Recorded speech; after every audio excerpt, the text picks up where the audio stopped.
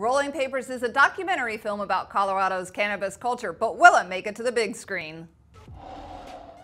Rolling Papers is currently on Kickstarter and is trying to raise $50,420, but time is running out.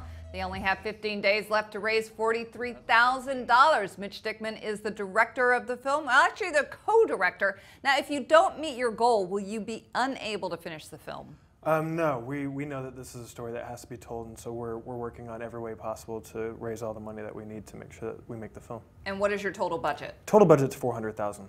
Now, this isn't just a film about marijuana being legalized recreationally in Colorado. Sure. You pull in the Denver Post. How does that feature into it? Well, as a filmmaker, I'm looking for not just issues, I'm also looking for characters and context, and so setting it in the Denver Post and the first major newspaper to hire a weed editor gives us the context we need in order to tell the story through characters rather than just going out and doing something on an issue. So what was the main thing that you learned from making this film? Was it the people that you met or just the actual process?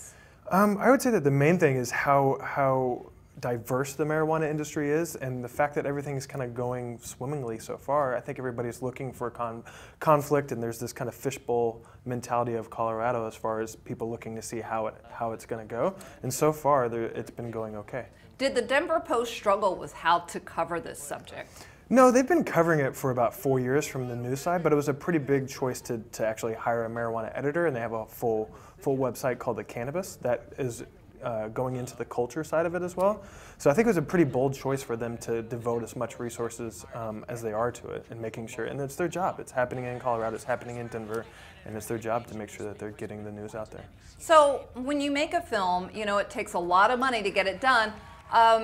But this industry is an industry that has a lot of money, and yet I don't see the people jumping up and helping to fund the film. Were you surprised that not that many people in the cannabis industry jumped up to help pay for this? Yeah, I think we were surprised, and I think we still, we have some time, but I think there was so much going on and there's so much industry happening.